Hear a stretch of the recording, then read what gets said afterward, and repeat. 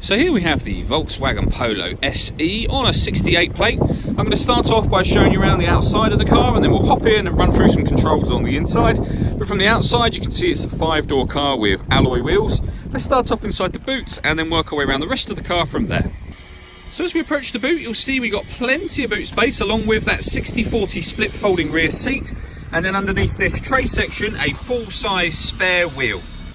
Okay, so we're just going to work our way back round to the front of the car and then we'll hop in and run through some controls on the inside. But now that we've done a full circle of it, you can see it's in fantastic condition the whole way round.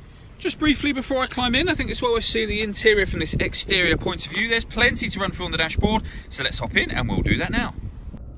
Okay, so now they're inside the car, we're going to start with the dials. On the left-hand side, we have the rev counter, and on the right-hand side, the speedometer and fuel gauge.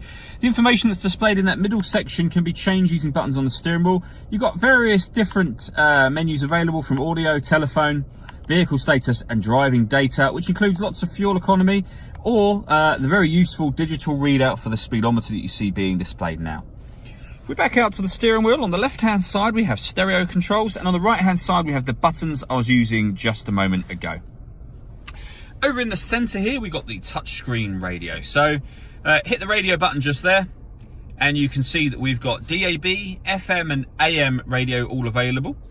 If you hit the media button to listen to your own music, you can see we've got a CD player, SD memory card slot, 2 USB inputs and Bluetooth audio as well. So once you pair your phone, you'll obviously be able to make and receive phone calls, but you can stream your music wirelessly via the Bluetooth audio.